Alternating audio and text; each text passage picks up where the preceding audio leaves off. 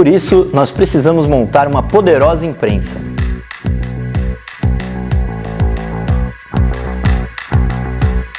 Mas para isso, nós precisamos da sua colaboração. Então acesse o site da Vaquinha e doe o quanto você puder. E não se esqueça, graças a você conseguimos duplicar a nossa programação. Temos 7 horas diárias de programas e quase 1 milhão de visualizações. Essa é uma luta central. Ajude para que seja vitoriosa. Muito obrigado. Olá, boa noite. Bem-vindos a mais um programa Resumo do Dia aqui no seu canal Causa Operária TV. É bom estar de volta, aqui é o estúdio do nosso canal, depois de uma temporada em missão na Venezuela, e ao lado do meu companheiro Nivaldo Landi. Boa noite, Nivaldo. Boa noite. Bem-vindo. Obrigado. Bom retorno.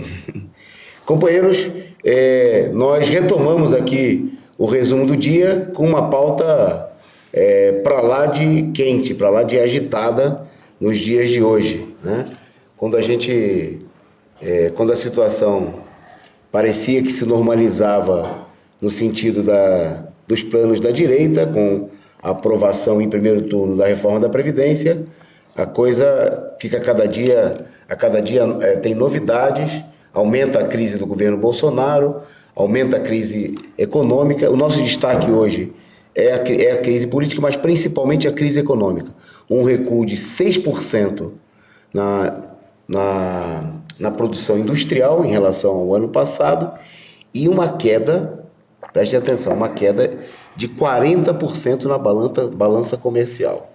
Quer dizer, é o governo Bolsonaro destruindo o país.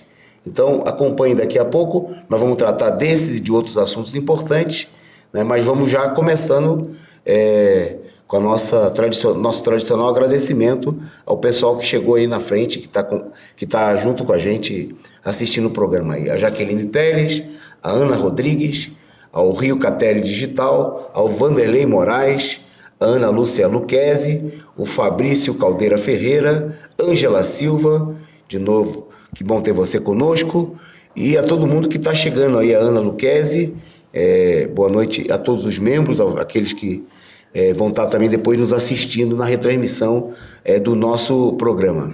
Então, você já sabe, você pode acompanhar a Rosa Cavalcante. Que bom ter vocês de novo aqui com a gente também. Obrigado aí pela saudação do pessoal. E a Rosa Cavalcante lembrou, e nós não podemos deixar de dizer, ela nos deu boas-vindas e viva o nosso Mengão. Viva o nosso Mengão, né, que ontem se classificou, junto com o Internacional aqui do nosso amigo Nivaldo, para as quartas de finais da Libertadores. Vai ser um duelo emocionante, nós já combinamos aqui, eu e Nivaldo, nós vamos tomar um vinho e um chimarrão para assistir o jogo, o embate entre Flamengo e Internacional. Pois bem, companheiros, vamos então para a nossa pauta de hoje, retomando as nossas atividades aqui no resumo do dia. E nós vamos começar, hoje nós vamos fazer o inverso do tradicional, nós vamos começar por algumas notícias internacionais. Vamos começar, e tem mais destaque também ao longo do programa, porque essas notícias internacionais, elas têm muito a ver com a situação brasileira. A primeira delas é sobre a Argentina, né? Para que não se esqueça, né, bom? Na Argentina, ex-militar admitiu que mais de 4.000 pessoas foram lançadas vivas ao mar durante a ditadura. Nelson Ramon Gonçalves declarou em março, né, um marco da chamada causa contraofensiva durante a ditadura militar, que investiga delitos de lesa humanidade cometidos pela última ditadura cívico-militar nos anos de 1979 e 1980. Informou sobre graves acontecimentos de mortes e o mecanismo de sequestros, torturas e desaparecidos, né? Acontecidos e provocados pelo Exército. O militar, em depoimento prestado aí ao Tribunal Oral Federal em San Martín, na Argentina, ele reafirmou, né, aquilo que já é muito divulgado, tem uma série de declarações e depoimentos que levavam a crer em tal número, mas ele confirmou, né, que pelo menos 4.000 pessoas foram lançadas vivas ao mar durante a ditadura militar argentina. 4.000 pessoas, né? Num regime, na ditadura militar argentina, que levou aí à morte de dezenas de milhares de pessoas durante a década de 70. O militar deu testemunho descrevendo detalhes, né? E o depoimento dele está sendo considerado muito importante e no momento em que se reabre na Argentina a discussão sobre os crimes da ditadura militar. E a importância dessa situação também, a gente abre o programa com essa notícia, porque no momento que no Brasil o governo ilegítimo do Bolsonaro hoje substituiu 4 membros da comissão, chamada da Comissão da Verdade, por elementos militares e do PSL, do partido do presidente da República, para impedir que essa comissão, criada desde o governo Fernando Henrique Cardoso e que nos governos de Lula e Dilma tiveram um papel muito importante na apuração dos fatos ocorridos aqui durante a ditadura militar, que essa comissão siga adiante, né? O presidente, inclusive, hoje ele declarou que ele fez a troca na comissão porque ele é de direita e passando por cima de... Inclusive, hoje eu ouvi comentaristas dizendo o seguinte, que a comissão era uma comissão de Estado e que deveria ser respeitada como tal. Mas, obviamente, que nós não estamos diante de um governo que age com base na legislação, na normalidade do funcionamento do regime democrático, como muita gente, inclusive, procura fazer crer. Então, a atitude hoje do Bolsonaro ela é muito interessante, profundamente marcante, inclusive junto com esse depoimento do militar argentino, Nelson Ramón González, no sentido de que fica evidente que, ao contrário, né, da pressão que existe popular na Argentina, da demanda, da reivindicação, no sentido do esclarecimento, né, cabal, de toda a matança, de todo o genocídio cometido pela ditadura militar argentina, no Brasil nós temos um governo, né, que está colocando em operação aí todos os mecanismos para uma operação de encobrimento. Isso aí ocorre na semana em que o presidente atacou duramente a memória do pai do presidente da Ordem dos Advogados do Brasil, né, fez um insulto à própria memória e ao próprio presidente, o que vem sendo repudiado por todos os setores democráticos do país, né, e é marcante porque é no momento também que, na medida em que avança a compreensão de amplas camadas da população, da sociedade, das organizações populares, de que é preciso se mobilizar pelo Fora Bolsonaro, por outro lado, setores da própria esquerda, no meio da sua covardia política, apontam, né, a necessidade da manutenção desse governo até 2022. Quer dizer, é o governo que quer encobrir os crimes da ditadura, as mortes, é o governo amigo da ditadura militar argentina, é o governo que tem como exemplo a ditadura de Pinochet, assassina no Chile, é o governo capacho do Trump, é esse governo criminoso que a direita, obviamente, quer manter e que a covardia política de setores da esquerda procuram conter uma mobilização contra esse governo. Nós vamos voltar a esse assunto, obviamente, durante o programa, mas esse caso da Argentina é exemplar. É preciso levar adiante uma mobilização pelos direitos democráticos do povo, pelo esclarecimento cabal e, inclusive, no Brasil, o que nunca aconteceu, pela punição, né, dos militares, dos torturadores, dos assassinos, né, dos jovens, daqueles que lutaram contra a ditadura no país. Pois bem, e no mesmo sentido, ainda numa notícia internacional, eu vou destacar para o companheiro Nivaldo comentar o fato de que nos Estados Unidos veio à tona uma gravação do ano de 1971, quando governava o país o Richard Nixon e Ronald Reagan era, então, na época, governador da Califórnia. E, naquele mesmo ano, houve uma votação no Conselho de Segurança da ONU sobre a presença da China ou não no Conselho de Segurança da ONU, né? Porque os Estados Unidos queria defender a presença da República Popular, queria defender a República da China, sediada em Taiwan, como representante, o único representante do povo chinês, né? Desconhecendo, né? Mantendo a posição de desconhecer o governo chinês, o governo da República Popular da China. E os representantes da ONU da Tanzânia votaram a favor da aprovação da presença da República Popular da China.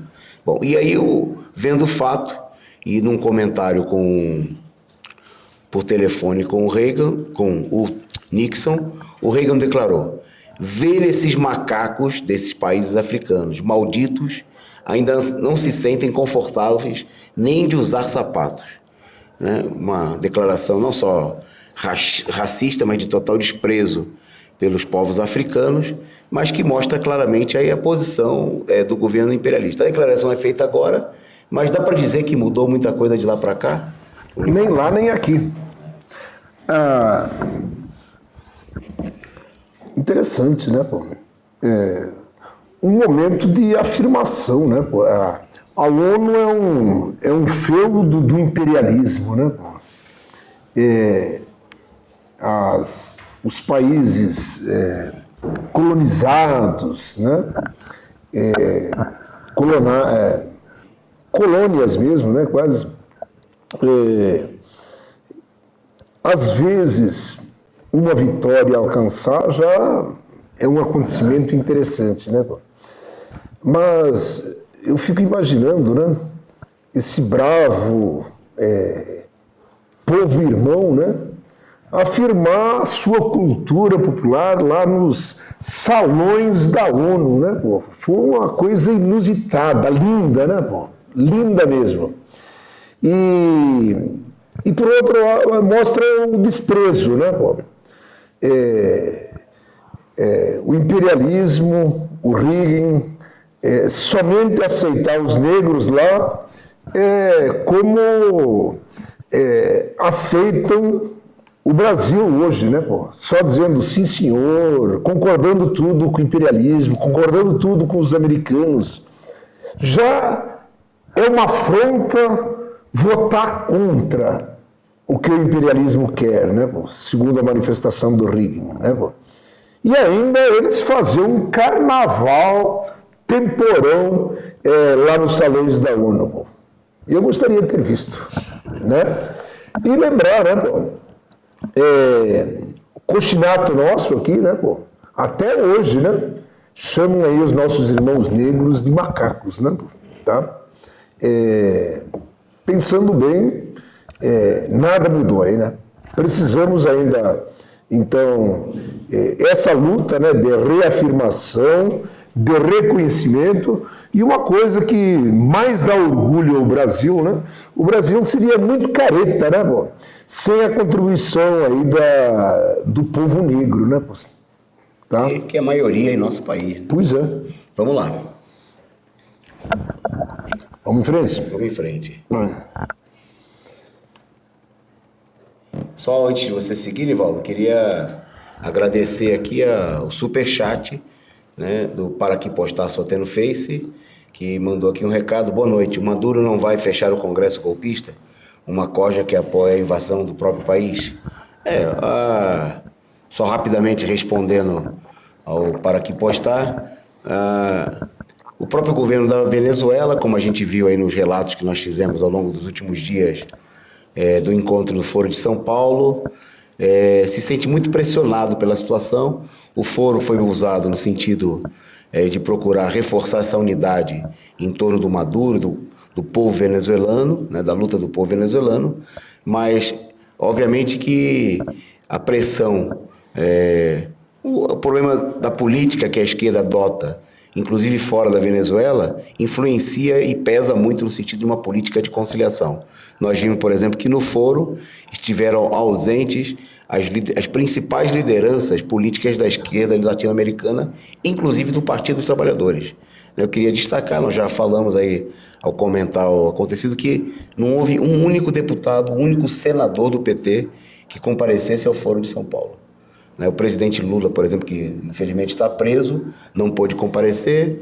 Obviamente, nós vimos no ano passado, quando a presidenta Gleice foi à posse do Maduro, foi duramente criticada pela direita petista, e nesse momento de disputa interna do PT, que nos próximos dias realiza, agora em setembro vai ter aí processo de convenções internas, há uma enorme pressão para que a esquerda não apoie a luta do povo venezuelano, a luta do povo cubano e até que nem lute pela liberdade do Lula. Então, no meio disso daí, embora haja um avanço muito claro no sentido do apoio contra a direita realizou atos lá que chamaram uma manifestação para 5 lugares na capital, juntaram 100 pessoas nos 5 lugares, enquanto a esquerda, a mobilização de apoio reuniu dezenas de milhares de pessoas, mas evidentemente há uma enorme pressão. Então, boa noite aí, obrigado ao Para Que Postar pelo Face, e pedir a você, nós precisamos muito da sua colaboração. Toda essa nossa atividade é feita com enorme esforço, e com a contribuição de vocês que são membros do nosso canal ou que contribuem aqui no Superchat, com aquilo que vocês podem contribuir, e na vaquinha também do canal Causa Operária TV. E antes do Nivaldo anunciar a próxima, dá boa noite aí ao nosso amigo Franklin Limeira, a Márcia C., a Regina Valentim, o Renan Balestreiro, o Ismael Castro e a todos vocês que estão aí conosco, e depois nós vamos mandando aí novos abraços e novas saudações. Vamos lá. Ministério Público proíbe torcida organizada do Corinthians nos estádios, no momento em que corintianos preparam ato contra a ditadura. As torcidas organizadas sempre foram vistas como algo perigoso pelas classes dominantes. Desde o início, foram objeto da senha persecutória dos órgãos de repressão do Estado burguês.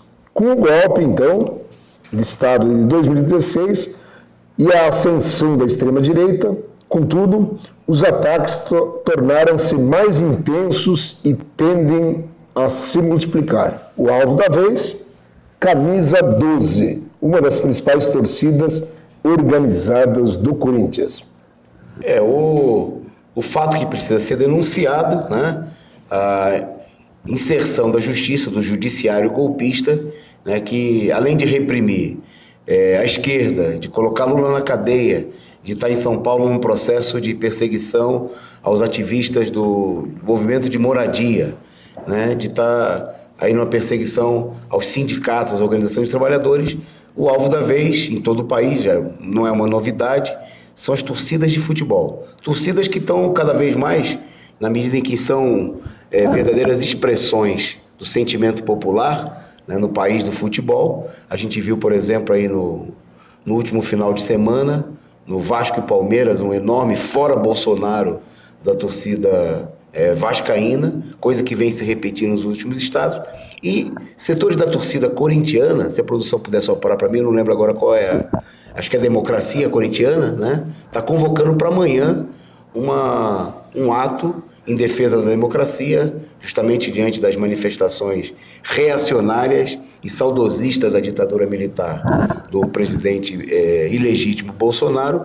Nesse momento vem aí essa ofensiva, até a proibição da camisa 12. Nós nos solidarizamos com a torcida do Corinthians, com todas as torcidas. Nós achamos que é um absurdo.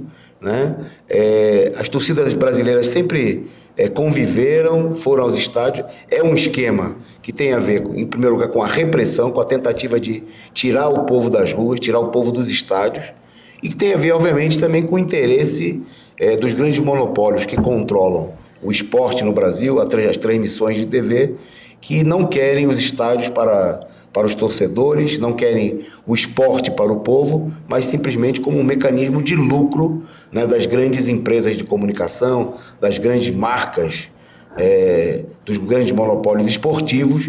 E essa é uma aberração. né? É necessária a solidariedade, inclusive, de todas as torcidas contra esse tipo de iniciativa, defender a livre organização dos torcedores, a liberdade de manifestação nos estádios, sem nenhum tipo de censura, né? E a luta contra o golpismo judiciário, que age aí contra todo tipo de organização popular, desde os sindicatos, as organizações em defesa dos direitos da população e até as torcidas de futebol. Abaixo a ditadura nos estádios, liberdade, garantia pelo acesso, livre acesso da camisa 12 e de todas as torcidas aos estádios. Bom, por falar essa situação de repressão, obviamente ela vem para manter aí a ofensiva do regime golpista contra os trabalhadores. Uma prova disso é o recorde, né, histórico de trabalhadores subocupados, o que fazem bico, que foi quebrado aí mais uma vez, de acordo com dados da Pesquisa Nacional por Amostras de Domicílios Contínua, o PNAD contínua, que foi divulgado no dia de ontem, em relação ao segundo trimestre de 2019. E nessa pesquisa foram batidos 2 novos recordes, Genivaldo, é isso? Quais são recordes que melhoram alguma coisa a vida do trabalhador? Sempre piorando, né? O primeiro diz respeito à população subocupada, né? Isto é, a porção da força de trabalho que trabalha menos de 40 horas por semana, mas gostaria, ou melhor, precisaria de trabalhar mais. Segundo os dados, os subocupados alcançaram a marca de 7,4 milhões de pessoas, aumento de 8,7% em relação ao trimestre anterior. E um aumento maior ainda, quase 14%, 13,8%, em relação ao mesmo período do ano passado. Os trabalhadores por conta própria, aqueles que não têm de outro jeito, né, tem que fazer bicos para sobreviver, são responsáveis pelo segundo recorde histórico, já que atingiram a marca de 24 milhões de brasileiros. 1,6 a mais em relação ao trimestre anterior. E comparando-se que em relação a 2018, 5% a mais. Queria dizer que é recorde em cima de recorde, né? Tá? Para mascarar essa devastação de desempregados, né? Agora se usa um eufemismo, né? Agora os desempregados viraram empreendedores individuais, né? Enfim, eles estão vendendo uma cocada, estão vendendo algum bombom caseiro, estão vendendo coxinhas, vendendo salgadinhos, vendendo canetas, né? Vendendo balas. A quantidade de gente que entra nos ônibus públicos oferecendo alguma coisa para vender é uma coisa imensa, né? E tudo isso não acontece por acaso, naturalmente, né? Tá? É uma política de governo deliberada, né? A destruição das nossas indústrias, né? É um processo histórico, forte, inexorável, para o Brasil virar um país, como digo, exportador de produtos básicos, as tais commodities, né? E deixar para os melhores empregos, melhores indústrias, melhor produção industrial para os países imperialistas. E daí? O Brasil vende esses produtos todos a preço baratíssimo e compra dos países imperialistas que patrocinaram o golpe, inclusive, né? ou até por causa disso, né, pô, importar deles os produtos industrializados de maior valor agregado, né? Isso provoca uma devastação na balança comercial brasileira e na balança de pagamentos, como se vai ver daqui a bocadinho mais, né? Países atrasados, semicolonizados, só vendem produtos básicos, baratíssimo naturalmente, e compra a preços caríssimos os produtos industrializados desses países imperialistas. Saudoso Brizola dizia que as famosas perdas internacionais. Os ricos sempre ganham e os pobres sempre pagam o pato. Antes, a devastação não era tão grande quando os presidentes brasileiros do PT, né, com governos de esquerda um tanto quanto moderada, né, uma prática de uma política de defesa da economia nacional, até resistia um pouco. Agora, com um presidente tão servil, tão entreguista, tão capacho, essa devastação de mês a mês, de trimestre em trimestre, está se mostrando assim uma destruição avassaladora. Vamos em frente. Só antes de você anunciar aí a próxima notícia, seguir aqui aos nossos agradecimentos ao companheiro, obrigado aí pela saudação do companheiro Sérgio Salgueiro, a Lenise Armeiro, o Reflexão Sempre,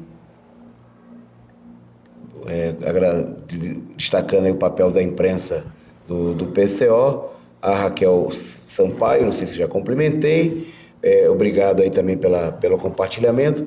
Alguém destacou aqui o problema de que o PT teve presente, não, só para esclarecer em relação ao fórum, eu não falei que o PT não esteve presente, né? O PT teve representado, tinha dezenas de militantes do PT, inclusive diversas regiões do país, né? O que a gente destacou é que os principais dirigentes do PT, né, por exemplo, a secretária-geral do foro, até por o PT é um dos principais partidos criador e dirigente do Foro de São Paulo. Isso desde a sua fundação em 1990. Então, obviamente que o PT estava lá representado, inclusive com a Secretaria-Geral do Foro. O que nós destacamos é que os principais dirigentes, nenhum dos 50 e tantos deputados, nenhum dos senadores, nenhum dos governadores, nenhuma das principais lideranças do PT e da esquerda nacional. Vamos ter claro, aquelas pessoas, né, que inclusive em todos os fóruns realizados aí às vésperas da eleição, não só do PT, também do PCdoB, que é membro integrante do fórum, que mandou um dirigente também, né, mas é preciso notar que a mesma coisa aconteceu, por exemplo, em relação à Bolívia, que o próprio Evo Morales, que compareceu a vários outros fóruns, não esteve presente, e aconteceu em relação ao governo do Uruguai. Porque o que aconteceu? Na véspera do foro, já há muito tempo a direita vem fazendo uma campanha contra o Foro de São Paulo, né? Que apesar das suas limitações expressa uma tendência, em alguma medida, a uma unificação, a uma discussão de propostas da esquerda, e a direita atacou duramente, né? No discurso de encerramento do foro, no Palácio Miraflores, o Maduro fez uma colocação dizendo o seguinte, que ele até brincou dizendo que o embaixador norte-americano ligou para muita gente para falar que aqui é o Mister, eu estou pedindo que você não vai ao Foro de São Paulo. O Maduro imitava a voz, inclusive, do americano e falava que, infelizmente, que inclusive havia uma pressão também para que a Venezuela não convidasse as Farc. O Maduro falou, não, a gente convidou e a gente tem que convidar toda a esquerda. Agora, ele não reclamou da ausência de ninguém, mas era notório no encontro, né, que os setores da esquerda vacilaram, capitularam vergonhosamente diante da pressão da direita. Isso aqui é preciso deixar claro, né? Não é porque havia lá uma representante, o PT não é um partido de uma única dirigente e de uma companheira que exerce uma função de liderança no trabalho internacional, mas que não é uma liderança pública do PT, como são seus parlamentares, como são, por exemplo, os dirigentes da CUT, que também não foram nenhum dirigente da CUT, né? A tal ponto que num determinado momento lá, para falar no ato público, falaram pessoas que nem eram dirigentes nem do PT nem do PCdoB, né? No principal ato realizado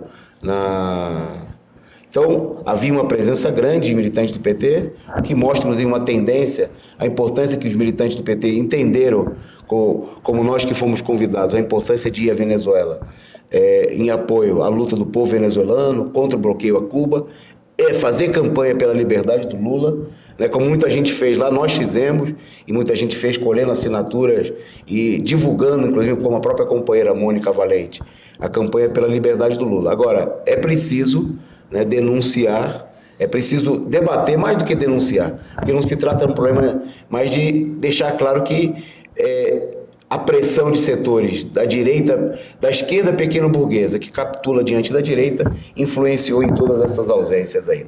Bom, vamos voltar ao tema da economia. O que anuncia pra gente aí? A economia, né? Esse desastre não é um fenômeno natural, né? É uma coisa induzida, proposital, etc. Né? Produção industrial cai 0,6% em junho, no segundo mês negativo seguido. Das 26 atividades, houve piora em 17. E em todas as categorias econômicas de bens intermediários, de bens de consumo e bens de capital, todos caíram.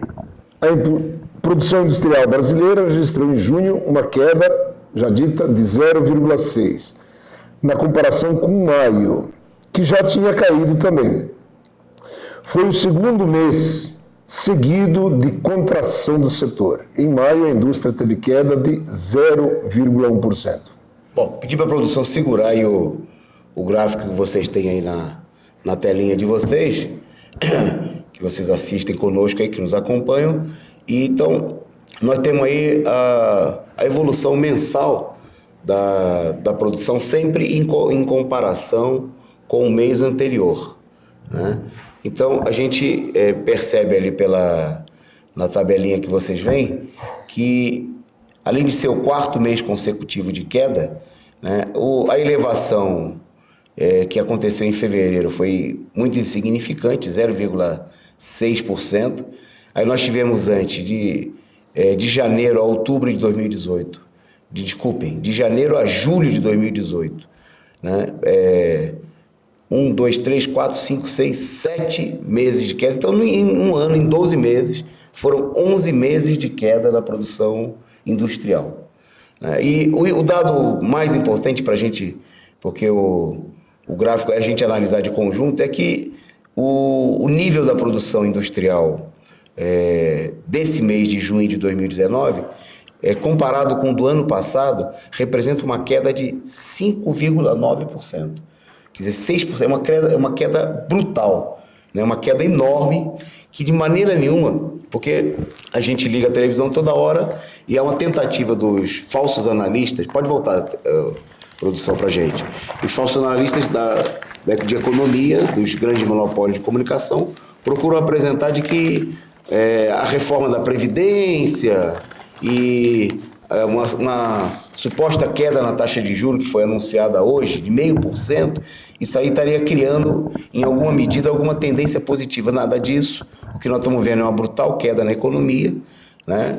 E só para a gente, mais um dado importante que também foi divulgado hoje, né, é que se a gente tomar como base a balança comercial, né, no comparativo, no longo desse período, a balança comercial, ela teve um saldo de apenas 2,2 bilhões, 290 milhões em julho, o pior, preste atenção, o pior desde 2014. Em 5 anos, o pior saldo da balança comercial. Isso numa situação em que houve queda nas importações e houve queda também acentuada nas exportações, né? Esse resultado, né, que é o pior em 5 anos, ele é 40,8%, quase 41% menor do que o registrado no mês de julho do ano passado, né, que foi de 3,87 bilhões. Então, é uma situação, quer dizer, é importante porque nós estamos vendo aí uma aparente radicalização política do governo Bolsonaro e muita gente procura colocar a política à margem dos acontecimentos reais da luta de classe e da realidade econômica, da economia que é o motor da situação, né?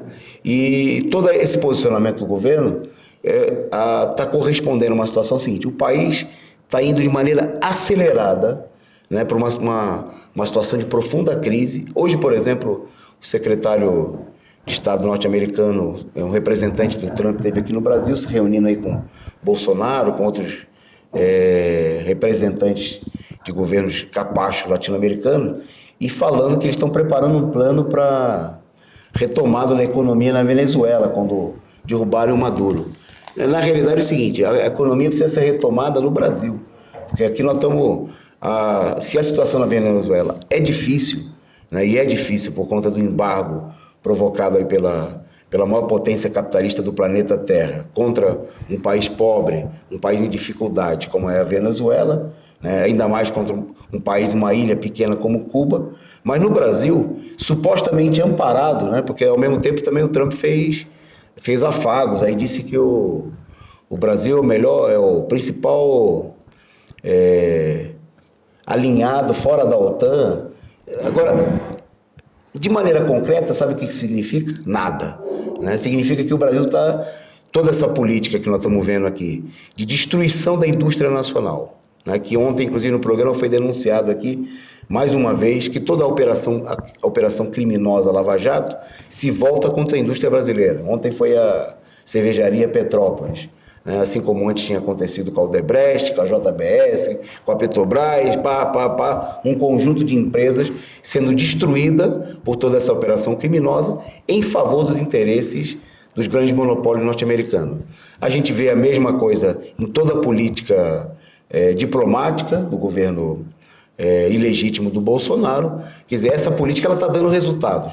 O resultado é a destruição da indústria nacional e o resultado é uma queda acentuada na balança comercial. E o que significa na prática para o povo brasileiro? São números que estão acelerando e que expressam uma tendência de aumento do desemprego, né? Já enormemente acentuado, os recordes que o Nivaldo se referiu agora há pouco, né?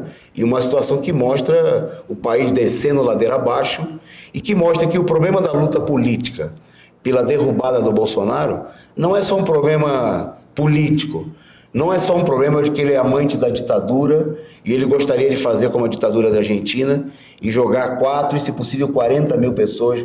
Ele disse que a ditadura brasileira matou pouco, que tinha que matar 30 mil. Não é só um problema dessa natureza. É um problema que é o governo que destrói a economia nacional, que promove o maior retrocesso, está procurando, né, superar aí, os recordes odiosos da famigerada era FHC, né, de nada saudosa memória, né, procurando destruir o que sobrou da economia estatal através das privatizações, e impor uma política de repressão em massa aos trabalhadores, à população, para destruir a economia nacional e entregar tudo ao grande capital, principalmente imperialista, principalmente norte-americano. Eu queria lembrar algumas afirmações no sentido de reforçar isso que está sendo dito, né? O Guedes tem dito que está trabalhando forte para um acordo de livre comércio com os Estados Unidos, né? Eu me lembro, na militância, um líder trabalhista, Arnaldo Murté, ele dizia assim que toda vez que o Brasil sentar com esses organismos internacionais para discutir livre comércio, é sempre para o Brasil perder. Na melhor das hipóteses, perde pouco, mas sempre perde. Daí, dia desses, o Mourão, né, o vice, disse o seguinte: olha, tudo que pode ser privatizado, privatizado será. De 160 empresas estatais, eles estão se programando para privatizar 100 delas. Privatizar é um nome assim, vamos dizer assim, é um eufemismo, né, pô? É entregar para o capital internacional, né? Entregaram assim a Embraer. Quanto suor, quanto esforço, quanto sangue, quantos impostos de brasileiros para forjar aí uma das maiores empresas de aviação do mundo, né? E num peteleco assim entregaram. E quem se apossou não demorou nem 90 dias, a nossa gloriosa Embraer, já nem Embraer já. Agora virou Boeing Brasil, né? E a ameaça desse governo é de entregar tudo, não é, né? Num outro momento, o próprio Guedes falou que ia entregar o Banco do Brasil para o Banco América, né? Banco do Brasil, o banco que foi fundado por D. João VI, agora eles vão entregar para o imperialismo. E por aí vai, né? Está entregando tudo. Então, esse otimismo aí esses afagos que o Trump faz com o Bolsonaro é de satisfação, né, pô? Estão entregando tudo. E a satisfação dos americanos é real, dos brasileiros não. É isso aí. Como disse aqui o Gilberto Bueno, se eu não me engano, fez um comentário falando que é açoite no lombo do povo, exatamente. Que essa é a comemoração, é o significado da comemoração desse estreitamento de laços, né, segundo Trump, do Brasil. Na realidade, do governo Trump com o governo Bolsonaro. Não se trata de um estreitamento de laços dos Estados Unidos com o Brasil. Agradecer a Cucabel, que mandou uma figurinha para a gente aqui, com uma mensagem, né? Sem um movimento capaz de estremecer os três poderes, Lula não será solto e só será lembrado como o maior estadista nos livros de história daqui a década. Estamos de acordo e mandamos aí a nossa saudação. A companheira Joana Peixoto, que mandou uma boa noite, destacando que ela leu artigos nossos sobre a experiência na Venezuela e que pediu para a gente comentar rapidamente, eu que introduzi, porque a gente não tem tempo, sobre as condições dos trabalhadores na Venezuela. Eu queria destacar que essa ofensiva que está sendo feita, né, com a presença, inclusive, dos representantes do governo norte-americano no Brasil, é porque a direita está enfrentando enorme dificuldade pela resistência, né, popular, né, à ofensiva, aos planos de ataque. Houve uma situação enorme de crise, o país passa por uma situação difícil. É preciso lembrar porque há uma campanha enorme no Brasil para tentar contar uma história totalmente falsa de que a Venezuela era um paraíso, era um país rico e desenvolvido, né? E que os governos de esquerda, os governos Chávez e Maduro eles teriam inventado uma crise, né? Então é preciso lembrar, por exemplo, que Caracas, que tem cerca de 3 milhões de habitantes, é uma das cidades que mais tem favelas, percentualmente moradores de favelas no mundo, né? São cerca de 2 milhões de moradores em favelas, né, que ocupam os morros da Venezuela. É verdade que no governo Chávez, por exemplo, uma boa parte dessas favelas foram urbanizadas, né? A maior parte das casas são de alvenaria, né? Mas isso não muda a situação de que efetivamente são favelas, é um país muito pobre, cuja riqueza, né, ao longo de décadas e décadas sempre foi, e é o fato de que a Venezuela é detentor das maiores jazidas de petróleo, né, reservas de petróleo do mundo, e que não por acaso essas jazidas, essas reservas estão bem do lado aí, encostado nos Estados Unidos, então alvo de uma enorme cobiça. Então o que aconteceu nas 2 últimas décadas principalmente, né, depois que o povo reagiu ao golpe que procurou derrubar o governo Chávez em 2002, é que houve uma enorme pressão popular, no sentido de um conjunto de melhorias e de projetos sociais que foram implementados.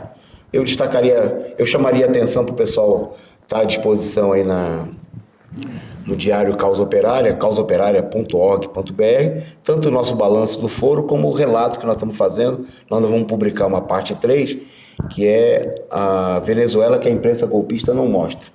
Né? Mas eu destacaria 2 ou 3 coisas, e inclusive das conversas que nós tivemos com trabalhadores ao longo da viagem, né? Viajando pelo interior da Venezuela, né? Não foi só convivendo no encontro com os militantes, com os ativistas, mas também conversando com as pessoas nos bairros, nas cidades do interior, que é o fato de que há enormes dificuldades, é visível, né?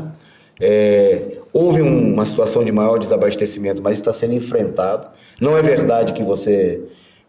porque o que se pinta é que você chegaria na Venezuela e estaria quase num país de zumbis, a população perambulando pelas ruas. Não, a população trabalha regularmente, o país está funcionando, né?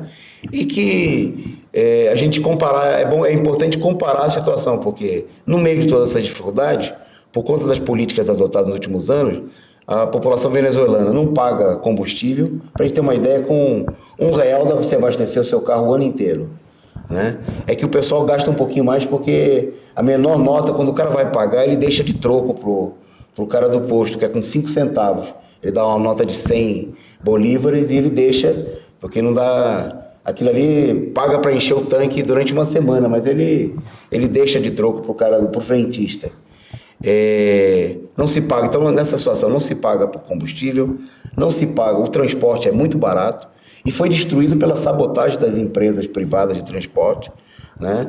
Tem muitos ônibus velhos, tem como tem na Argentina e tem como em muitos países latino-americanos que são mais pobres ainda do que o Brasil, então como tem no interior brasileiro. E se a gente andar também aqui, se a gente pegar um ônibus, uma condução no fim da tarde para ir para Imbu, né, Anivaldo? Ou para ir para a Zona Leste, né, ou para a Zona Findão da Zona Sul de São Paulo, ninguém vai andar confortável da mesma maneira que no Rio de Janeiro, em Belo Horizonte, em nenhuma capital brasileira. Não se paga luz praticamente, né, com coisa de R$20, menos do que isso, você paga a conta de luz do ano inteiro, não se paga água, né?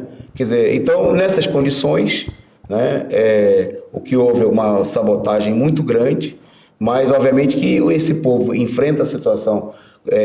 O governo criou aí uma série de programas sociais que são, inclusive, muito mais profundos que foram criados no Brasil, por exemplo. A Universidade Bolivariana da Venezuela tem 1 milhão de estudantes, uma única universidade, né? Já diplomou em mais de 300 mil alunos, né? E há um incentivo enorme ao ensino superior. A Venezuela, mesmo com toda a riqueza, era um país profundamente acometido pelo analfabetismo, que graças aos planos do governo, junto com o governo de Cuba, foi... E nos últimos anos, o governo colocou em execução um plano de construção de moradias populares que construiu 3 milhões de moradias, né? E se a gente comparar com o tamanho do Brasil, significaria, por exemplo, como construir alguma coisa como 20 a 25 milhões de moradias, né? Coisa que não aconteceu em nenhum governo brasileiro ao longo de... acho que nem de toda a sua história o governo brasileiro deve ter construído tanta casa assim. Então, obviamente que é uma situação muito difícil, né? Tem inflação, tem muita sabotagem dos capitalistas, né? Tem uma série de medidas há uma fiscalização intensa, inclusive pelas preocupações com segurança, porque, veja só, a Venezuela está num atrito, está numa guerra, né, que ainda não assumiu a forma de intervenção militar, mas com a principal potência, que sabota, que faz intervenções cibernéticas e corta a luz, né, vez por outra na própria Venezuela. Então, obviamente, o que nós temos que fazer é se solidarizar com a luta desse povo, independentemente das diferenças que a gente possa ter, essa ou aquela com o governo, mas o governo Maduro é o governo legítimo, eleito pelo povo, apoiado imensamente pela maioria da população e principalmente pela classe operária, e pela classe operária pobre, como a gente viu nas ruas de Caracas e em todo o país. Bom, vamos em frente, companheiros, para a gente caminhar Estamos caminhando já para o final do nosso programa, já passamos aí já bastante da nossa primeira metade. Falar um pouquinho sobre a máfia jato. Isso aí, aconteceu que as denúncias apontaram que nem o STF, nem o Toffoli ficou de fora do cerco realizado aí pelos todo-poderosos homens da Operação Lava Jato. Fala um pouquinho rapidamente para a gente sair, Nivaldo. O o Deltan funcionou como um hacker, assim, dos meios de comunicação lá do Toffoli, mas também da esposa do Gilmar Mendes, né, pô? Os novos vazamentos, né?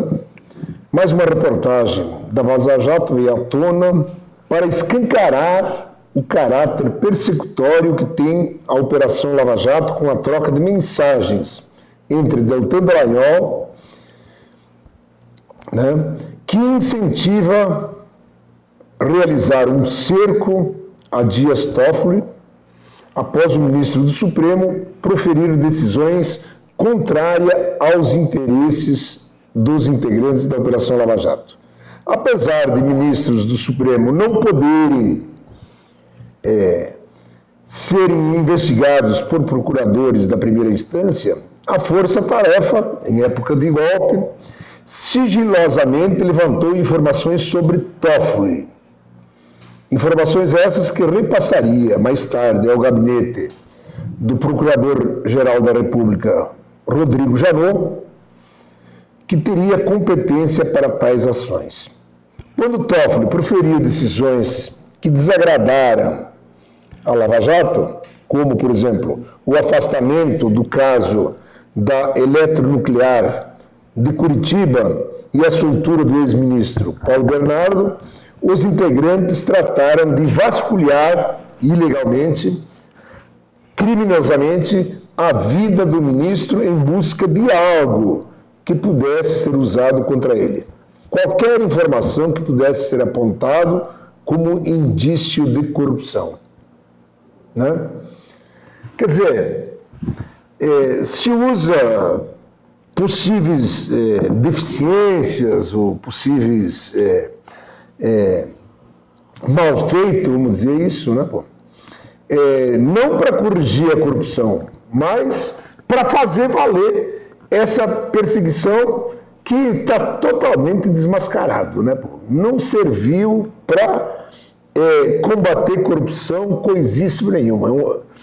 O Gilmar Mendes disse que foi um projeto de poder e de quebra para ganhar algum dinheiro, né? Vi uma entrevista lá do principal juiz lá de Mãos Limpas, né, pô? Diz, olha, nós lá na Itália também fazíamos palestras, mas não para ganhar dinheiro. Todas elas eram gratuitas. Então, segundo os vazamentos de alguns dias atrás, né, o Deltan e o outro procurador, o Pozzobon, né, ele disse, olha, né, agora que esse nosso trabalho está dando grande visibilidade, né, essas entrevistas coletivas, esses PowerPoint, né, está dando... É a oportunidade de nós ganhar uma boa grana, pô. Daí, eles estavam tramando fazer constituir uma empresa, né, para explorar essas palestras, né, todas para ganhar bastante dinheiro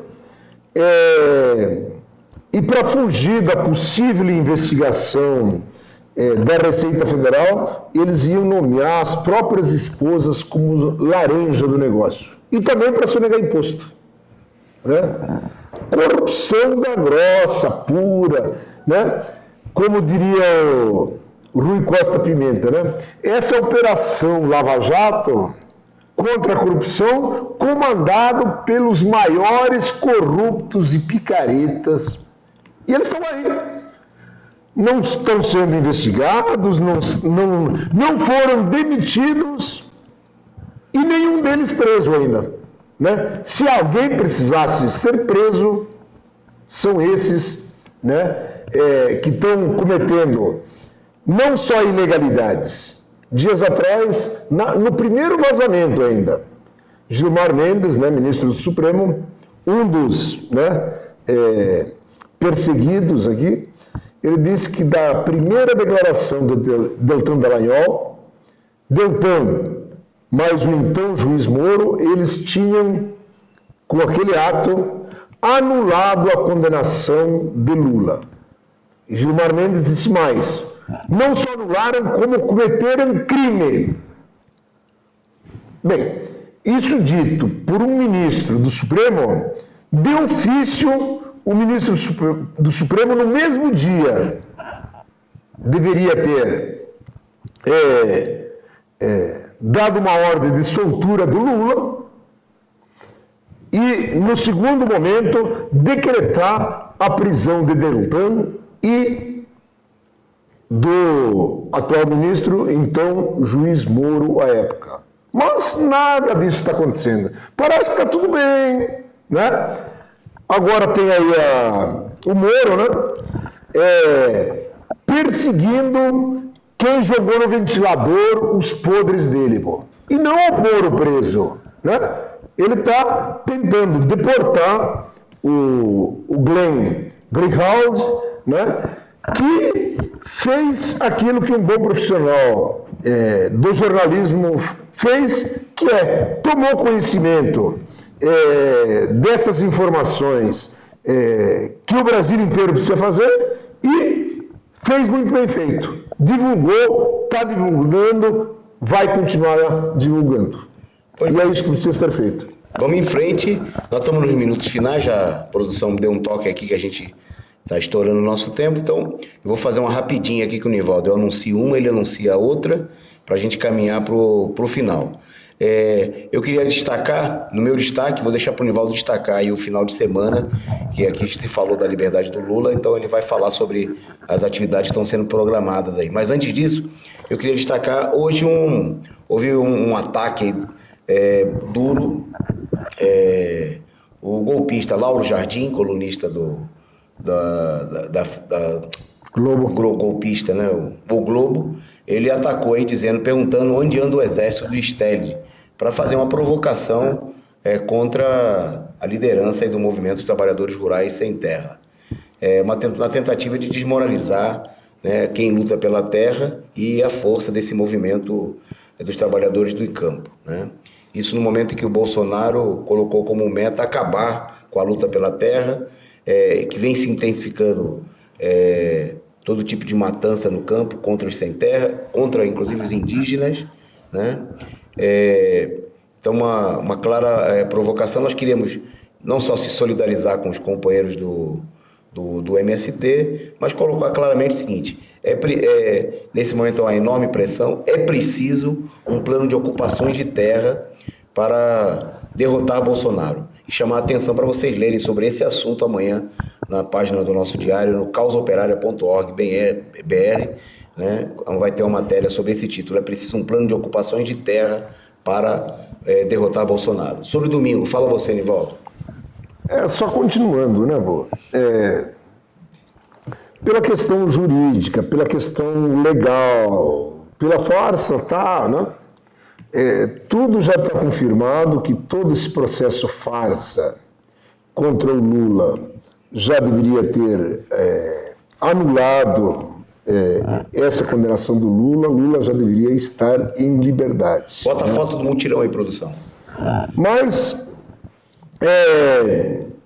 né, é uma coisa que o Partido da Causa Operária tem se batido sempre, né, pô? Não vai ser a justiça, né, garantidora e integrante do grupo que conspirou para dar o golpe, que vai anular o golpe. Muito menos libertar Lula sequer. Pô. E, mais do que nunca, né, a palavra de ordem e a forma correta, necessária, impulsionar o povo na rua, né? No próximo domingo, comitês de luta contra o golpe, pela liberdade de Lula, dão continuidade a essa mobilização, essa atividade em dezenas de cidades de todo o país, aos mutirões da campanha pelo Fora Bolsonaro, pela liberdade de Lula. Já estão confirmados mutirões em mais de 50 cidades. Muitas outras estão acertando e realizando essas atividades envolvendo militantes e simpatizantes do PCO, integrantes dos comitês de luta contra o golpe, juntamente com os companheiros do PT e de outros setores da esquerda independente. É por aí o caminho, a tendência ela tem aumentado, mais gente tem caído a ficha para eles, que é por aí o caminho, e é por aí que todos nós convocamos a todos vocês que ainda não fizeram esse tipo de atividade, organizem também nas cidades de vocês e se integrem, né, onde for possível, procurando no nosso canal da internet, saber os locais onde vocês podem pegar listagem para participar, cartazes pela liberdade do Lula, cartazes e adesivos do Fora Bolsonaro. É por aí que se vai construir, possivelmente, uma grande vitória. É isso aí. Então, amanhã, na página do causaoperária.org.br, vai ter lá endereços de mais de 50 locais que já confirmaram mutirões no próximo domingo. E se você participa de mutirões na sua cidade, você do coletivo, do Comitê de Luta contra o Golpe, do coletivo Lula Livre, manda pra gente, manda pra redação do Causa Operária, que nós vamos divulgar, nós temos interesse em divulgar a campanha em todo o país, já são mais de 100 mil assinaturas colhidas, e também no domingo, nessas atividades de rua, que os companheiros estão fazendo em todo o país, nós estamos também recolhendo nomes para a grande caravana que nós vamos fazer a Curitiba, no final agora do mês de agosto, né, em data que nós vamos decidir nos próximos dias, nas reuniões dos comitês do partido em todo o país. Então, acesse lá causaoperária.org.br. A minha penúltima rapidinha, e depois você escolhe uma última para você, é sobre a situação no Paraguai, né? Lá o chanceler do Paraguai, o Antônio Rivas Palacios, anunciou que o cancelamento de uma ata diplomática que havia sido assinada com o Brasil e que levou a uma crise enorme no país, que ameaçou e que ainda ameaça, né, em um certo sentido, de impeachment o presidente Mário Abdo Benítez. O aliadíssimo, amigão da onça, ou amigão do peito do Jair Bolsonaro e do Trump, né? Ele assinou o governo paraguaio concordava em pagar mais pela energia, né, e favorecer uma empresa ligada à família do Bolsonaro. E surgiram declarações, gravações, inclusive, de que era para favorecer o clã dos Bolsonaros, né, diziam as gravações. A oposição pediu a investigação, criação de comissão parlamentar, mas não conseguiu provocar uma mobilização, e o presidente procurou disfarçar a situação, demitindo alguns chegados que tinham participado da maracutaia, né, que lesava os interesses do povo paraguaio e não beneficiava os brasileiros, beneficiava o clã dos Bolsonaros, né, essa turma, gente boa da nova política, né, que ia acabar com a mamata dos outros para tentar favorecer a própria mamata. Essa é a minha rapidinha. Destaca uma sua aí, Nivaldo. Vamos lá. Juíza posterga, adia, habeas corpus de líderes de ocupação do centro, né? Lembrando aí que o ilegítimo presidente Bolsonaro, em uma das suas declarações, ele dizia que ia baixar um decreto decretando organizações criminosas, os movimentos sem teto, por luta pela terra, né, MST, e os movimentos por terra urbana, como era o caso do MTST, e também desses companheiros que foram presos de uma maneira arbitrária, ilegal, pelo crime de lutar por ter um teto, né? E com manobras, né, desse tipo, né, tentando fazer de conta que lutar por ter moradia crime a juíza comete esse ato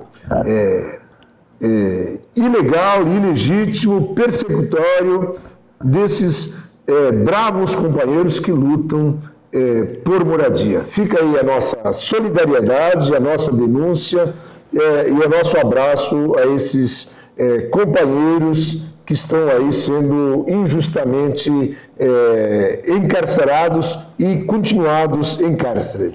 Tá, eu vou para a última então e na sequência o Nivaldo anuncia para vocês a programação de amanhã do nosso canal aqui do Causa Operária TV. O Fux, ministro Fux do STF, ele proibiu a destruição de materiais obtidos dos hackers. O Moro anunciou que ia pedir a destruição dos materiais e o Fux mostrando aí que tem uma crise no judiciário no meio de toda essa situação, porque é muita bandalheira.